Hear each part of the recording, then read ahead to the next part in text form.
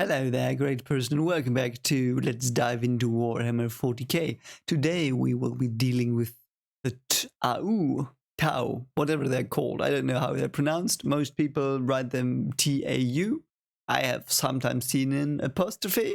Don't know which one's the correct way of writing them. I don't know, but yeah. So I am a bit late with this one because last 2 days. Pretty much work, lots of work, though of course normally I try to do every other day.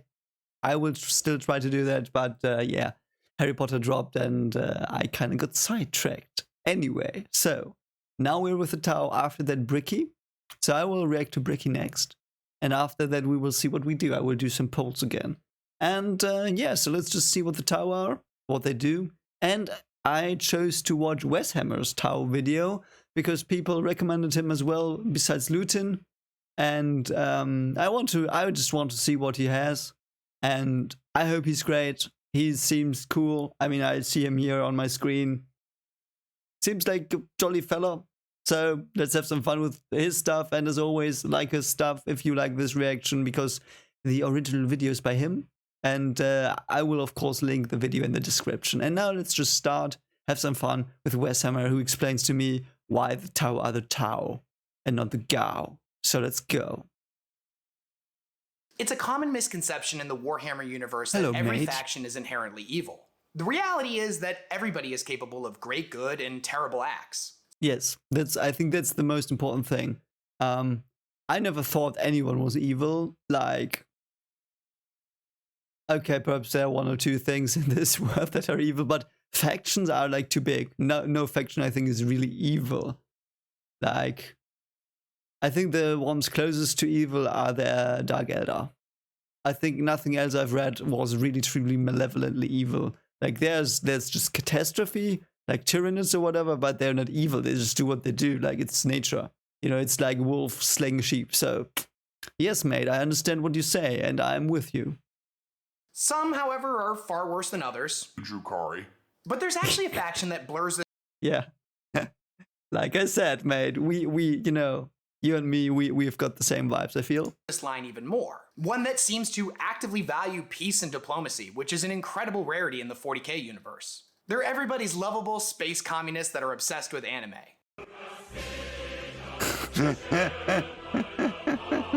Why are they? Oh, Gundam. Oh, I see, Gundam. Okay, I really like his humor. Like this is good. This is like a bit, and by the way, I love the Soviet anthem. And I don't like the Soviet Union. I've read so many horrid stuff they did, but I like the anthem. It's like this. I feel like this. Whatever. Let's go. But it's weird because they clearly have never seen an anime, because every single one of their mechs doesn't have a giant sword. And they're also not communists because they have a caste system and are ruled by a ruling class. Okay, so you know what? This is very good what he does here. Like I thought so as well. Like I had these, like not the anime stuff, because I know that they don't have. I didn't know, but whatever, the sword stuff, which is weird. I thought everyone had a sword. You told me in the Tyranid video where they had bone swords. And my hypothesis is that the Tyranids have bone swords because they ate people that knew how to make swords, and then the Tyranids were like, hive mind, extract, and then they extracted the knowledge. But yeah, so communists, they are not, because there are caste systems or whatever. I don't know about that actually, because I think in communism there were like officers and stuff. They were just military ABACs, so. But yeah, I get his point. But is this faction actually benevolent, or is there something sinister going on under the surface? Let's talk. There is something sinister going on under the surface, or that wouldn't be Warhammer 40K. Wouldn't be much fun. Talk about the Tau Empire.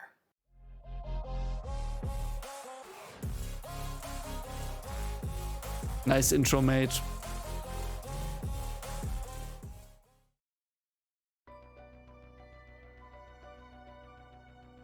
There is no victory without unity, no peace when there is conflict. In this dark time, we can only forget our differences and fight the darkness together. Okay, the last part sounded very Klingon. I did not intend it to sound Klingon, but whatever.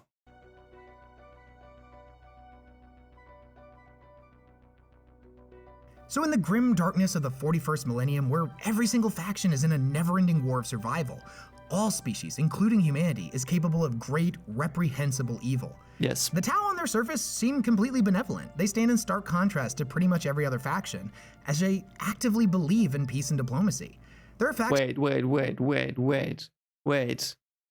Wait. All the Tau drones, these ones and the other ones look like Metal Knight drones from One Punch Man, all of them. Were one and Murata perhaps inspired by Tau bots? What do you think? Tell me in the comments. Also, I like this, like, artillery bots with cannon hands. Why not? That will pursue peaceful negotiations 100 ways from Sunday before declaring war. And in truth, they are a relatively small faction, but advance at nearly supernatural levels, having gone from discovering fire to being a spacefaring galactic presence in the span of about 3,000 years. What? How?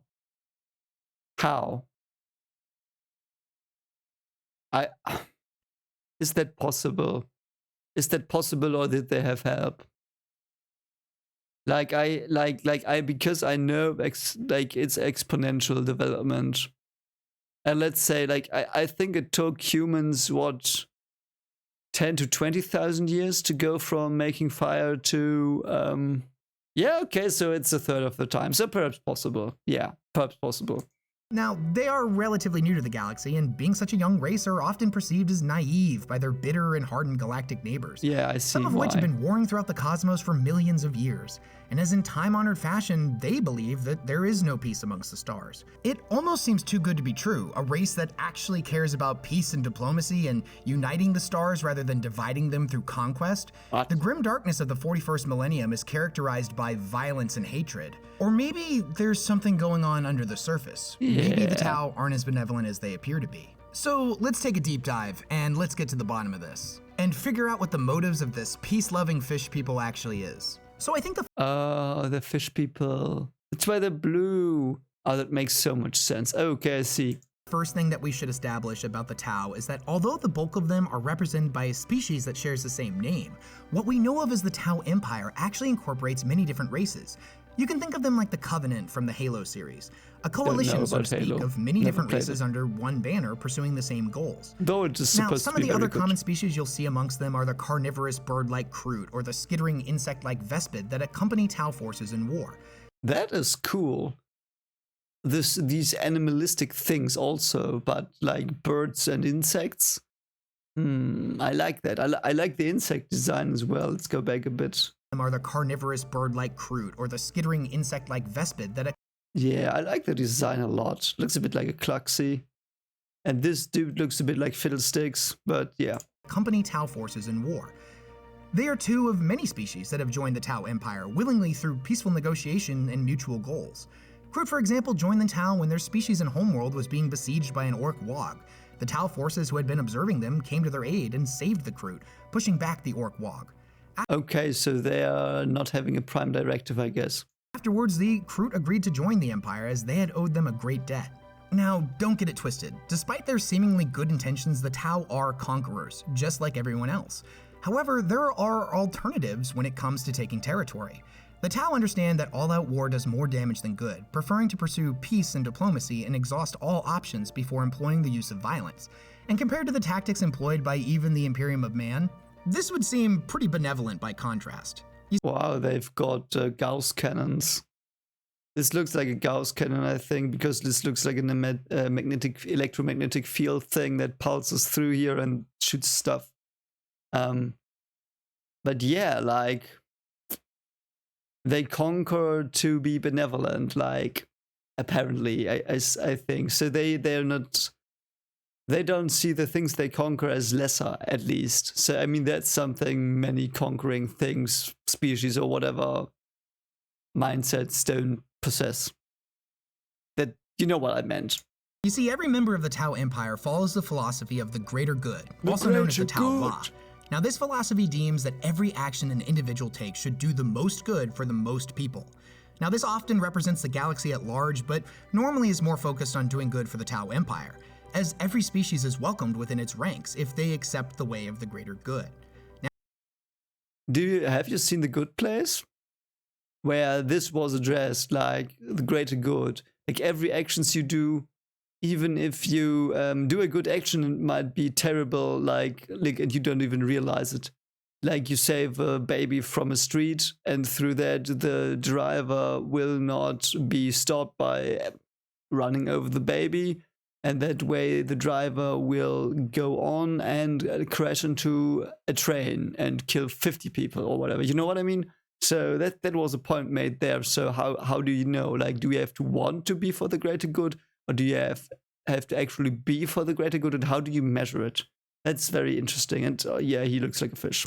Now, every Tau citizen believes in this message wholeheartedly, and that giving themselves over to the pursuit of the greater good is the best path for any individual.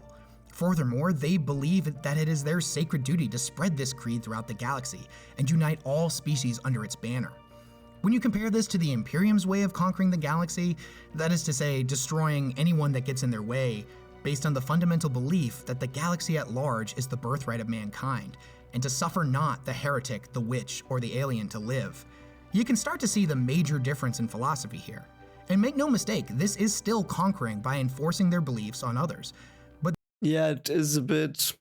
The Imperium is really like the colonization mentality we had in the past 400, like 400 years ago, 200 to 400 or 500 years ago.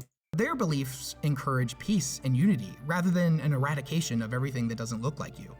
And where the Tau got such a wacky notion that you're more likely to survive the 41st millennium with allies rather than enemies, I have no idea. It's anybody's guess. Now, one of the main pillars of the Tau Law is... Perhaps they were very closed off and only had like 3 or 4 neighboring species that were a bit less developed than they were, and they like bonded together, made space travel more possible or whatever, and then yeah. The Tau Empire must always be expanding, that the greater good must be taught to as many people as possible.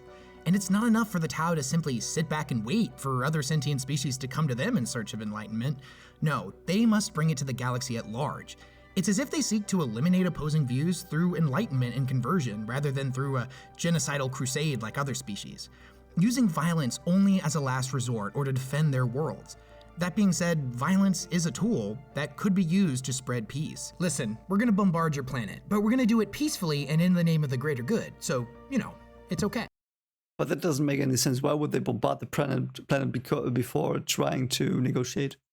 They believe that the message of the greater good must be brought to every civilization, and for all sentient species to be brought under its banner. And seemingly as if masters of manipulation, they understand the core fundamentals of getting someone to alter their views. That is, the individual is more likely to adhere to your beliefs if they feel like it was their conscious choice to do so, rather than it being forced on them through conquest. Psychology. The way in which the Tau bring new species into their empire is a simple process. Drones are sent out ahead of the Tau fleets to scout out various worlds. When a colonized planet is found, the drones immediately report back to inform the Tau of potential allies. And the Tau begin preparations to spread enlightenment. Yes. First contact is always done through the water caste diplomats, whose silver tongues and overwhelming charismatic presence is often enough to establish peaceful relationships right off the bat. This reminds me a bit of... What was the name? V?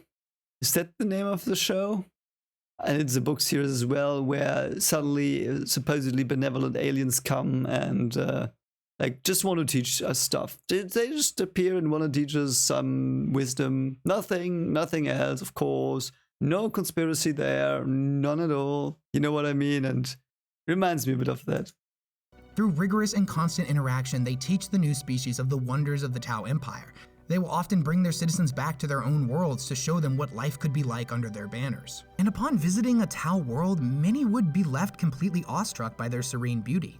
Not only are these cities resplendent and opulent, but they are a thriving metropolis. They're well protected by energy shields and railgun systems. Yeah. Even the poorest of settlements. See, I knew they would using gauss cannons. Like railguns. Railguns are gauss cannons. So I got that right. And the illustrator, whoever made the one picture with the gun, great. Well done, mate. Settlements are dotted with beautiful statues and fountains and breathtaking architecture. In these cities, it is made abundantly clear that education and innovation are put on a pillar. Science, culture, and military academies dot the landscape and are open to the public. And everywhere you look, true-born Tau citizens are rubbing shoulders with various alien species, including humans throughout. The poverty and squalor, characteristic of other civilizations, is nowhere to be seen here. Now, many weaker species agreed to join quite quickly, as being visited by an incredibly advanced group of aliens that come with silver tongues and promises of a bright, illustrious future are often enough to sway any speculation they may have. Yes, but you think that, like, let's say this would happen tomorrow. Tomorrow a spaceship comes to Earth and they say, yeah, we have technology, we will bring peace. Half the people would say, yeah, no, we don't want no aliens here. Go away. You know, and then say, you just want to abduct us and harvest our organs, make us food, you know, whatever. However, some still have their doubts and are not ready to join, and this is acceptable to the Tau. And they may spend generations amongst them communicating, trading, and even coming to their aid in times of war before the species is finally ready to join the Empire. Currently. And the Tau are completely fine with this. They're down with playing the long game. If the Tau know anything, it's patience. Now, down here in the real world, we've seen plenty of movies about alien invasions. They come with guns and weapons of insane destructive potential, but the human spirit endures and fights back against the invaders, eventually pushing back the threat. But what if those same hyper-advanced aliens came with open hands to welcome you into their society, to promise to share with you the secrets of the universe, of their culture, and of, most importantly, the radical concept of peace? What if they claim they will fix every problem your species is suffering from, cure any disease, end any war, and to lift all of your citizens out of poverty? What if you're a species that has been under constant attack by stronger aliens like the orcs or the Tyranids, who only want to consume and destroy you and everything you've ever loved? What if without aid, your world is doomed to be destroyed by this threat? What if? When you put things into this perspective, it becomes pretty clear why somebody would choose to join them. It's true. And speaking of the long game, why is there is there a Tyrex, Tyrannosaurus Rex? There have been examples of Tau who have landed on backwater worlds occupied by human settlers, and instead of just wiping them out or issuing a join us or die decree, they've instead set up a base of operations there and traded back and forth with the humans for hundreds of years. These humans will often deny the Tau at first, as the doctrines they've grown up with within the Imperium teach that all Xenos are vile, malevolent creatures that have committed the sin of existence. However, over time, small interactions between the species lead to bigger ones, and eventually trade opens up between them. And trade leads to cultural exchanges, and eventually the two societies begin to mingle freely with one another. But what happens if there are like dickish humans? Like if they try to trade with you and you shoot them in the face? Like just an individual, not all of them. Like the others are very evil, like not evil, mad. They're very mad at the one individual who shot the Tau in the face, but are the Tau then gonna be like, yeah, we are also mad that he shot us in the face? Or are they like, okay, one of you was evil, perhaps others are evil, wipe you out? Before the humans eventually agreed to join. As generation after generation has grown up with their Tau neighbors, they've learned to love and accept them, despite the rigorous and xenophobic doctrines of their species. In the novel Kane, we see an example of one such planet who, after hundreds of years of this back and forth, the humans on such a world have adopted many of the Tau's way of life, such as rounded architecture and even wearing their hair in the signature shaved head braided ponytail. Whatever. So there's a book like this. I want to read it. Tell me if it's good. Tell me if that book is good. If it's good, I might get it. Like, I still have Infinite and Divine, but this sounds like something I would want to read as well. Some going so far as painting or dyeing their skin blue. And in this way, the Tau understand that they can gain allies through peaceful interactions. It may take much longer than simply conquering them, but in the end, this furthers the greater good. Yeah, but if you conquer them, you won't make them your allies. You know what I mean? They will like do guerrilla stuff, and there are always factions that hate you, and yeah. Now, I'm sure you can imagine the Imperium's surprise when they arrived on this planet and the humans here look at them, members of their own species, with disgust and disdain, calling them murderers and telling them to go home. The Imperial soldiers see human buildings molded to look like that of their enemy. And from the military perspective of the Imperium, this is textbook Xenos brainwashing. And in this particular novel, it was a good thing for these human settlers that it was Commissar Cain that showed up rather than a member of the Inquisition. Because it turns out shaving your head, painting yourself blue, and singing Kumbaya with a whole bunch of aliens, that is some top shelf heresy, my friend. Now, like I mentioned, yes, yes, I can see why they would say that. Mentioned before, getting a new species to join the Empire through peaceful negotiations is the top priority. But regrettably, there are times when a species just refuses to join. Even if they've spent hundreds of years trading back and forth with the Tau, they just refuse to join the Empire. And this is basically when all that peace and love stuff comes off the table, and the Tau will teach this planet of their superiority through great and spectacular violence. So sad. So sad. But why would you refuse? Like, if you live for hundreds of years with them and they're like, hey, it's better now, right? Yeah, it is, so join us. No. Weird. Because what you have to understand is when you refuse joining the greater good, you're not simply saying, hey, thanks for the offer, but we're kind of doing our own thing here and I think we have it under control. You're rejecting the greater good, and they believe so strongly in this creed that it is the only way to save the universe that you refusing to join is not an option. Now, unleashing the fury of the Tau's military is considered a last resort, but so strong is the belief in their creed that they are not adverse to using it if absolutely necessary. But even after doing so, they do not simply destroy the world and its inhabitants. After a surrender is initiated and the species finally agrees to join them, they'll send in the Earth Caste to heal this world and its people, sending At least that. By the way, how much military do they have? I mean, do they need that often? Sounds like they don't need it that often. At least not in subjugation. So how much military do they have? Like, do they only have military against orcs and stuff? Or, an enormous amount of resources to rebuild whatever was destroyed in the fighting, and to support the survivors, welcoming the refugees in with open arms under their protected shield drums over their own worlds. Now, the Tau do not view them as enemies that need to be eradicated, more so as misguided and lost souls that needed to have their ignorance corrected through force, a demonstration of the raw physical might of their creed. The misgivings and violence are eventually forgiven, and the species is welcomed with open arms. From their perspective, they tried to do it the nice way, and that didn't work, so now it's time to utilize the rail cannons. yeah, okay, the rail cannons again, but let's think about that for a moment. The greater good, like, I can imagine some horror scenarios when single people are killed because of the greater good, like in the example I had before, like trolley problem. You have, let's say, let's do the trolley problem. One old man on one track, two children on the other track. I mean, it kills the more old man. You know what I mean? It still killed someone, so perhaps people are not happy with that then. And also they're young, so did they really have time to create a society that's perfect and great? I don't think so. I need to see their societies to get a better understanding of this, though. It's as if they view the different species like an unruly child that needed to be disciplined. Now, probably the most messed up thing about the Tau themselves is that they actually have a caste system within their society. Now, these castes don't really have a hierarchy. There's no one caste that's above the others. All citizens within the Tau Empire are considered equal. That is to say, with the exception of the ruling class, which is the ethereals. Their word is All animals are the same, but some animals are more the same. law, and they are definitely above everybody else. However, despite being forced to adhere to this rigorous caste system, no Tau citizen would ever really think to question it.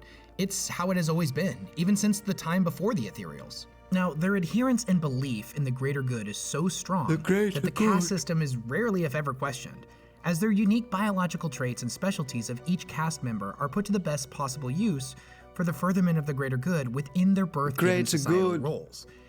So they are basically doing this, what was it? Was this weird young adult movie I saw a summary of. I didn't see the movie, I saw a summary of it, where they were like, different parts of society were doing different tasks to their genetic abilities, whatever, like some people were farmers, some were miners.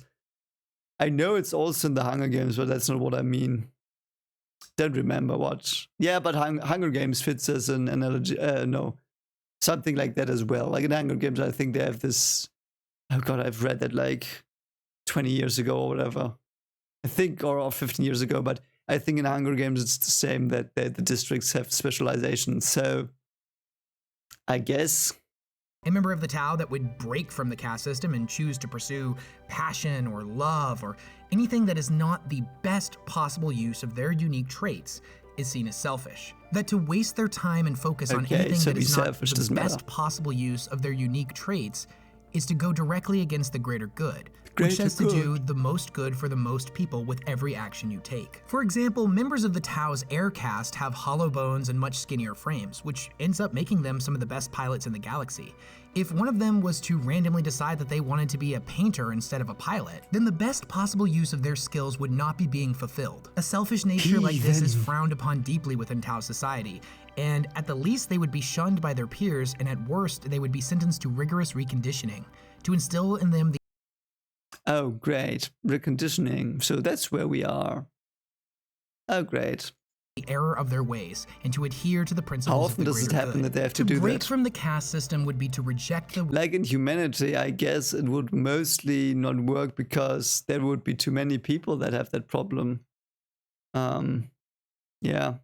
will of the ethereals and the greater good as a whole, which is something that is an incredible rarity amongst Tau citizens. And it is through rigorous adherence to the Tau's caste system that they become not a nation of individuals, but of one group working towards the same goal. Now, the Tau have bred specifically within their caste for so long that you'd be forgiven if you thought each of them was a completely different species. And make no mistake, this is by design, as the ethereals only allow the Tau to breed within their own caste. Okay. It is also not outright said, but it is heavily implied that they practice eugenics in the Okay, I mean, yeah, fine. I mean, we kind of had that one coming, so. But so is there a Romeo and Juliet Tau version?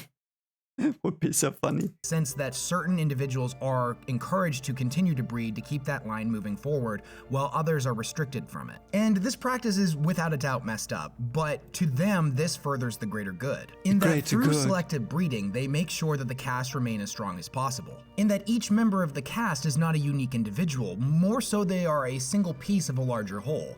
It's definitely a we, not a me situation. Now, despite some key characteristics like the So they're like light, Tyranids light.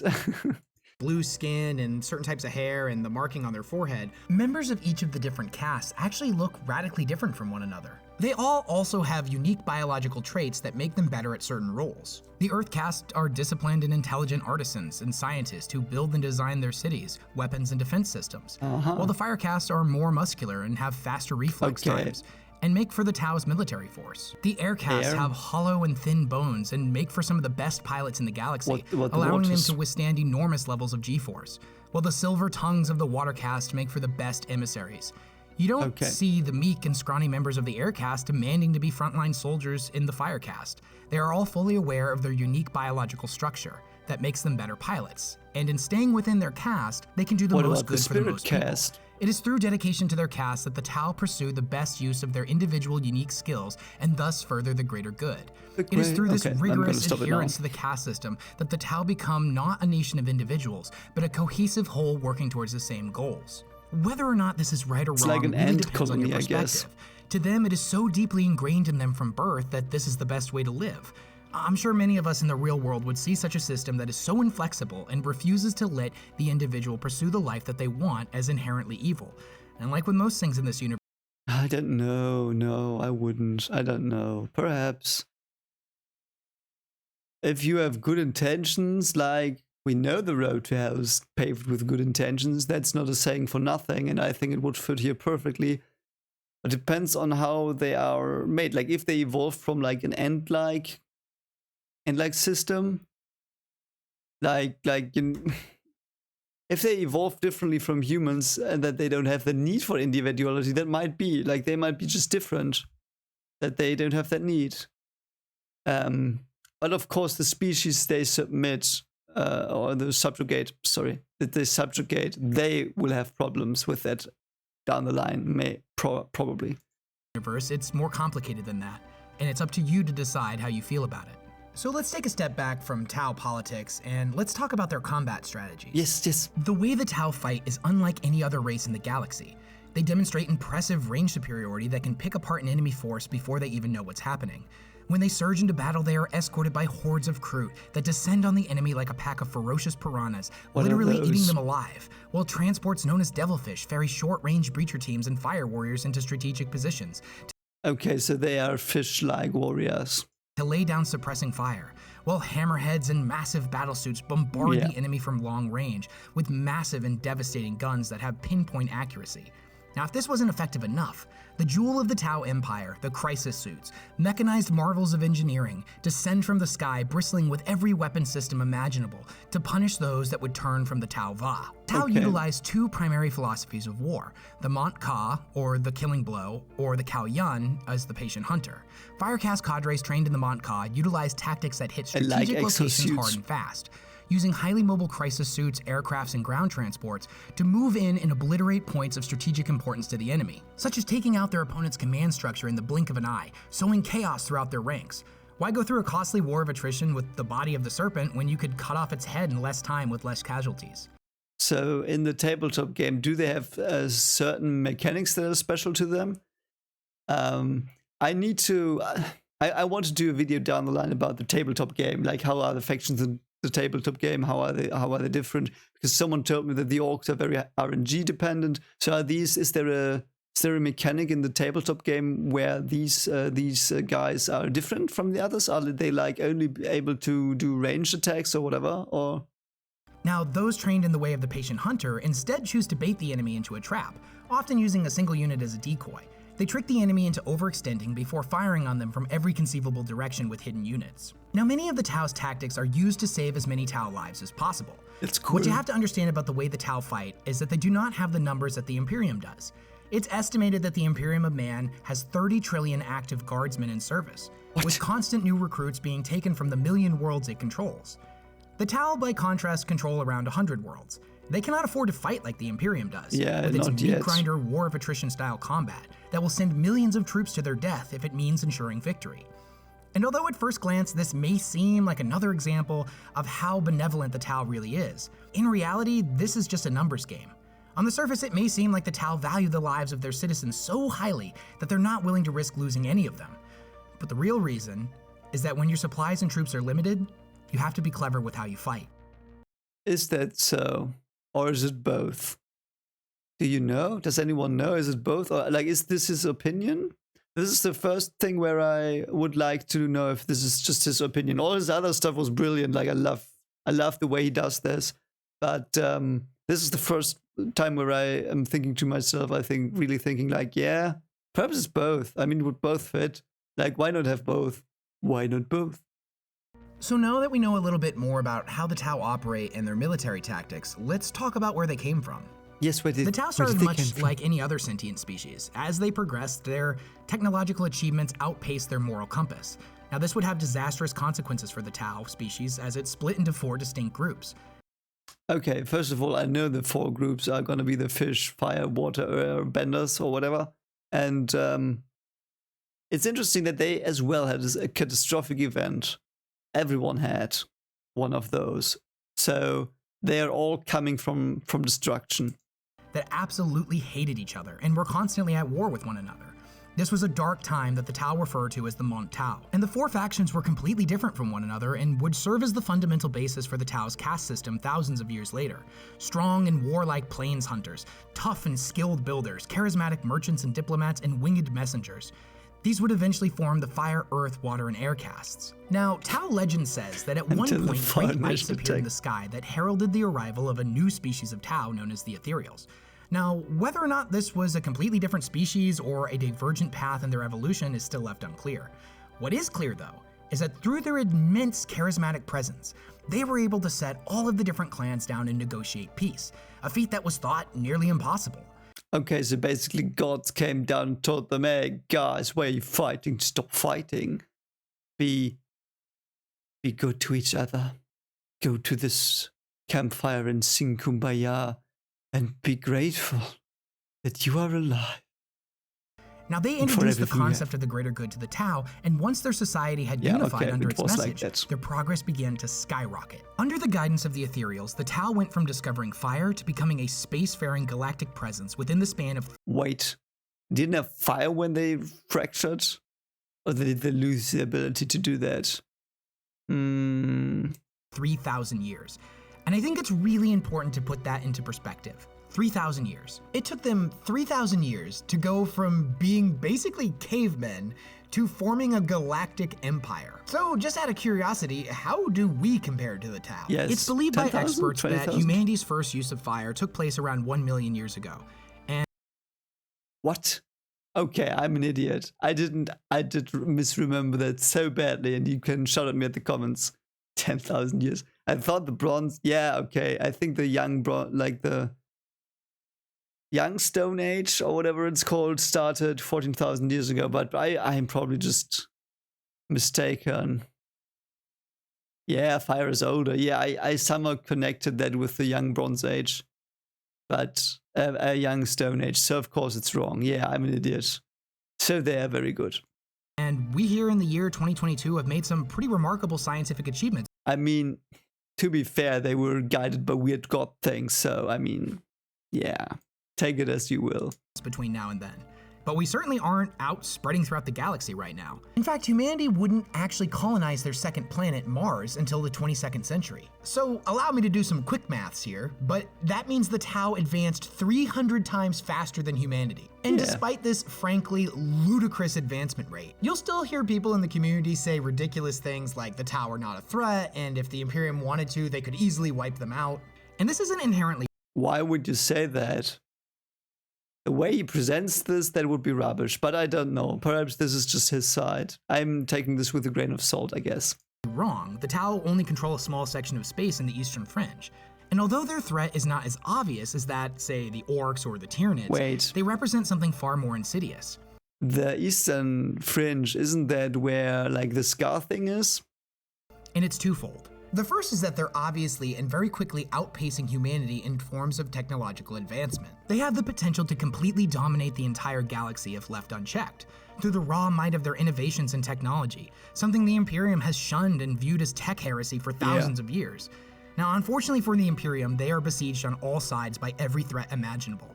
And with the fall of Cadia, the forces of chaos have split the galaxy in half, while Tyranid hive fleets are on a crash course for Terra itself. Not to mention the rising threat of the ancient Necrons all coming online, or the various Orc Wogs that are all gaining strength. The reality is the Tau do not represent an immediate threat to the Imperium, and thus its attentions are drawn elsewhere. And the great irony of this is that the Tau were originally discovered by mankind in that period where they were basically cavemen. But they were fighting with sticks and stones, so the Imperium pretty much ignored them. However, oh, apes, don't care, let's go. Oh, those apes suddenly have exoskeletons. Oops. Immediately after this, a whole bunch of warp storms would spawn that obscured the Tau's presence. And by the time they had finally passed 3,000 years later, the Tau had advanced to ludicrous levels. So it was and it's true that they still don't have the time. numbers that the Imperium does.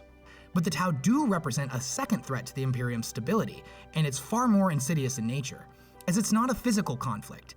It's a seemingly invisible threat played out not on the fields of war, but in the hearts and minds of Imperial citizens. The Tau represent the most dangerous foe of all, a different ideology. The greater good is a message that runs counter to that of the Imperium's teachings, and many humans have— Why? Couldn't the Emperor say he is the true greater good, and that's what they mean, and they just don't know it yet? Wouldn't that work? Already defected from the Imperium to join the Tau Empire and follow the greater good. And it's pretty obvious why. The Imperium is a repressive and bloody regime. You are a cog in the machine, a slave to the Imperium's will. Your life is meaningless, and there is no greater purpose for you than to die in service to the God Emperor and his creation. Whereas the Tau represent a breaking of those shackles, a chance to pursue the life that you want, and through your actions save this blighted universe from itself. Why? I thought you couldn't do what you want. Very short-sighted. I mean, on the surface you can, but I guess that's the trap. By all accounts, humans that join the Tau are actually treated very well and are not forced into its rigorous caste system. When Tau take a human world, they actually allow them to continue worshipping the Emperor and live however they want. The only requirement is that they adhere to the greater good and do the most good for the most people with every action they take. Interesting. Which, in terms, means that everything they do is for the benefit of the Tau Empire, and they will be called upon to fight when the Tau go to war. Not to mention pretty much every resource they make that they would be sending to the Imperium, they will instead be sending to the Tau Empire. Despite what many people in the fandom will tell you, rumors of castration, mind control through pheromones, repressive conditioning, most of the source material on these things can be chalked up to Imperial propaganda. Yeah, I guess they would use propaganda like that. I mean, it's also probably sounds plausible to people who are only used to terrible things around them. And then telling them, yeah, they are mind controlling you and blah, blah, blah. That's pretty likely from their perspective, I guess, which, yeah, good propaganda. Like, very good. By all accounts, life as a human citizen within the Tau Empire is quantifiably better than that of being within the Imperium. In almost every conceivable situation, other than being born on a backwater feudal world where the Imperium has all but forgotten you and your planet. And although many of these worlds exist within the Imperium, your chances of being born into one are incredibly slim, as the vast majority of Imperial citizens live in mega hives, forced to exist in the slums and fight for survival every day. Now, on the rumors of Tau malevolence and their actual grimdark nature, most of this comes from a few key novels, where an ethereal basically tells a Tau citizen to kill herself, and she does it. But in the moment before she does, the narrator explains that she felt compelled to do it, like she didn't want to, but she didn't have a choice. Now, this has led to many rumors of mind control by the ethereals. Now, or it was her conscience? this is just me being speculative, but there is no actual canon source that says that the ethereals are actually literally able to mind control their citizens through supernatural means. But we do have many examples in this universe of individuals with an overwhelming charismatic presence that you simply won't or can't say no to. I really have to admit, I hope it's not mind control, because that would cheapen this complex idea. So I hope it's not mind control. I hope I hope they will never tell me it's mind control, because it's like perhaps one or two can do it, but that would take away so much from the interesting ideas of the Tau race. The Primarchs of the Imperium are a prime example of this, let alone the God Emperor himself. Their presence is so commanding that it is all but impossible for even the most disciplined and trained warriors to deny their will. Now, there are some examples of Space Marines who were able to deny their Primarchs, but even that is incredibly rare. The entirety of the Horus Heresy can be chalked up to such commanding presence by Horus and the other traitor Primarchs. It is my belief that the ethereals are such entities, with a presence at least equal to that of a Primarch, possibly even greater, maybe even on par, at least in the charismatic department, with the God Emperor himself. Wow. This is in combination with the rigorous and perpetual propaganda that the ethereals put out.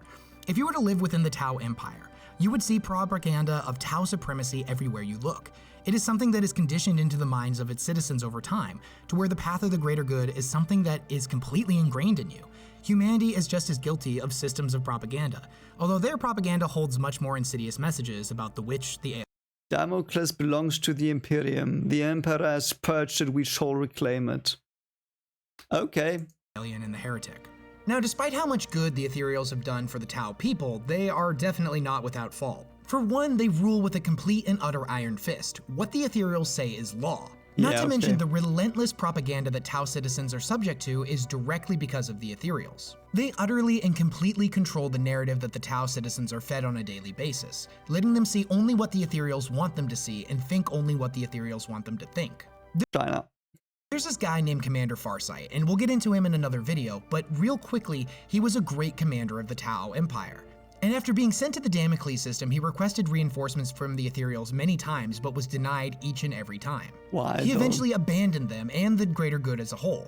At least the version of the greater good that was the direct will of the ethereals.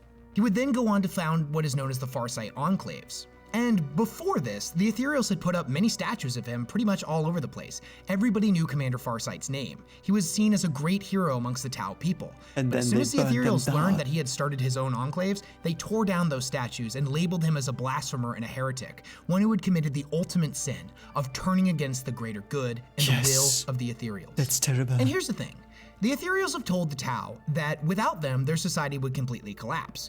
And that makes sense to them. They have been told from birth that the ethereals' will is law, and basically... Yeah, they are the gods. Again, they have these godlike figures. I think most races have godlike figures here, which is pretty cool. And they are in some way controlled by these godly figures. That is the running theme I currently see. Because, I mean, this video is 3 minutes left. I've seen all the factions, and... yeah, I think so. I really think Bricky's video will be very good to like recap, like recollect all the stuff and to comment on stuff and perhaps to see some commonalities and but Yeah, going back to this one, yeah, it's like this lurking evil that you don't see. Everything around them was because of them. Evil. And there not might really be some evil. truth to that.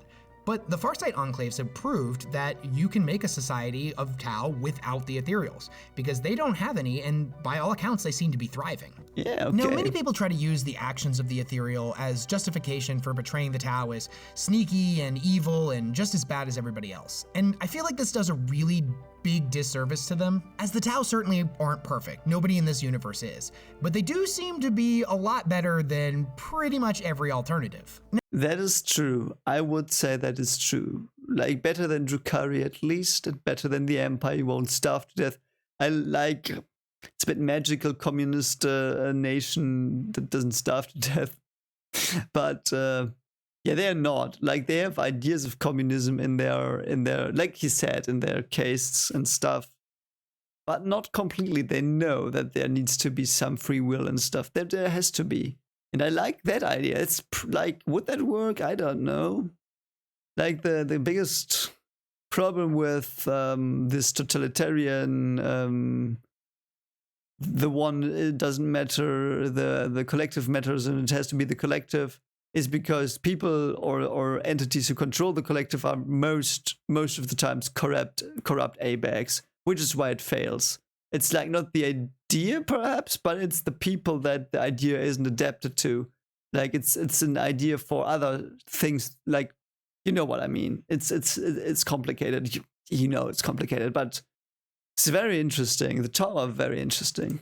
Now, I personally feel like the Tau are a lot more creative and a lot more interesting than people tend to give them credit for. On one hand, they're a seemingly benevolent society that's more interested in making allies than enemies. But a lot of this is surface level, just like their beautiful, spectacular worlds. On the surface, they're beautiful and spectacular, and Yes. their veneer of perfection is pretty much everywhere you look. But under the surface, they still utilize a caste system, despite what the individual may want. Through rigorous and relentless propaganda, the Ethereals teach the Tau people to think only the way they want them to think. I still don't think that's necessarily the way he thinks it is or expresses it here, because they might not have come from a free will society like ours. Like, it might not even be in their brains. You know what I mean? They might not have this individual drive in the extent that humans do. So it might all actually be fine. And the individuals are like mutations or something in their race. Which, yeah, fine. Perhaps that would be better to let them be. But I don't know. You know, it's very complicated and very interesting. Like, because you can do this with them because they're not humans. They're just humanoid. They're conscious beings, but that's like, I love that. But maybe to you, this makes sense. Maybe you understand the message of the greater good and what the Tau are trying to do. Perhaps you understand the narrative of peace through control, rather than Yes. outright annihilation like the Imperium does.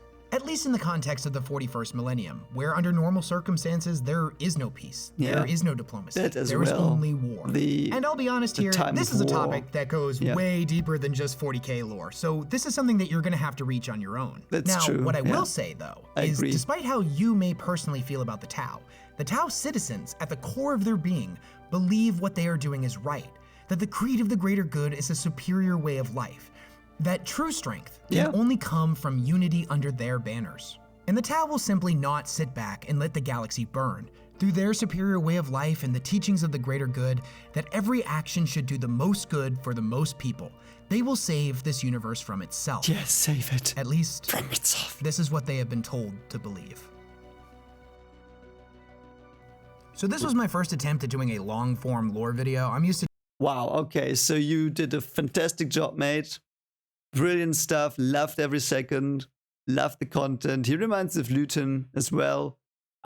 You know what, I really like the little jokes at the beginning. So he did like this 3-minute jokes, which was very good. They were well thought out, they were funny, and then he got into lore. I like that. This was a brilliant video. Brilliant video. I'm very, very glad that I chose this one. But don't get me wrong. God, don't get me wrong. Luton's would have been probably as great, but you know, I'm glad that I didn't pick someone who would shout in my ear again. Yes. So those were the factions. Those were the factions. So normally I would now do a recap video of all the things I thought about and stuff, but I will do the Bricky video and do it whilst doing the video. Might be more than one part. And so like next and the week out, like next week and the week after that, perhaps even we will do the Bricky video or whatever, and then I will do the next poll. And yeah, smaller YouTube channel was recommended to me as well. I will try that one out because, I mean, why not? Could be fun. And I will do other stuff like, so after that I will like let you vote on Mechanicus or Horus Hersey or what, or Hell's Reach perhaps. Perhaps we'll do lore videos, then animated or CGI videos or whatever. In you know, switching it up a bit, being more diverse in the content with Warhammer. We might look at tabletop stuff as well. Like I would want to know more about that. So yeah, I think it's gonna be very fun. So thanks for sticking with me through the factions. So now I think I get the gist. Like very roughly, of course. Like, but I really like this universe. I'm so glad I got into it. All because Henry Cavill was fired. So you can thank him for getting me into this. And I thank him for getting me into this. Love this universe. Also, there's a video about H.P. Lovecraft and his ideas and Warhammer 40K. I have to watch that because I'm a huge Lovecraft fan and I could perhaps get some insights into writing horror from my perspective and from what I know from his perspective and from what I, you know. But anyway, if you like this content, as always, please consider liking, subscribing, and sharing the content. And tell me what you like, tell me what you dislike, tell me if there's something bad with the videos or whatever. You know, always let me know. I try to fix it. And hope you have a great day. See you soon with a Bricky video. Spread the word. Bye.